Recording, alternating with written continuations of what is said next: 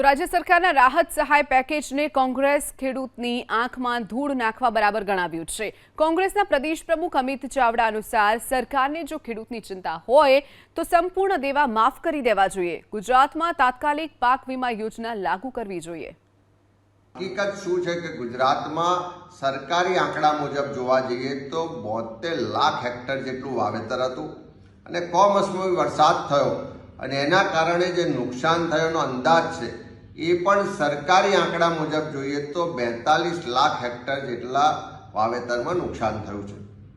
ત્યારે મોટી વાતો જાહેરાતો થાય છે, એની મોટી મોટી વાહવાહી થાય છે, ત્યારે હકીકત એવી છે કે આ કહેવાતી મૃદુ અને સંવેદનશીલ સરકાર ગુજરાતના ખેડૂતોના દેવા સંપૂર્ણ માફ નહીં કરવા માટે અને ગુજરાતના ખેડૂતોને પાક વીમો યોજનાનો લાભ નહીં આપવા માટે આજે મક્કમ હોય એવું દેખાઈ રહ્યું છે।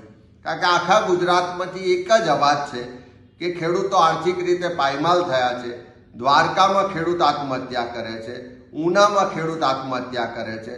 આખા ગુજરાતમાંથી ખેડૂતો આક્રોશ સાથે માગણી કરી રહ્યા છે કે ખેડૂતોની સંપૂર્ણ દેવા માફી થવી જોઈએ અને દર વખત આ નુકસાની થાય ત્યારે વળતર કે સહાય માટે પેકેજ નહીં પણ કાયમી પાક વીમા યોજના થવી જોઈએ।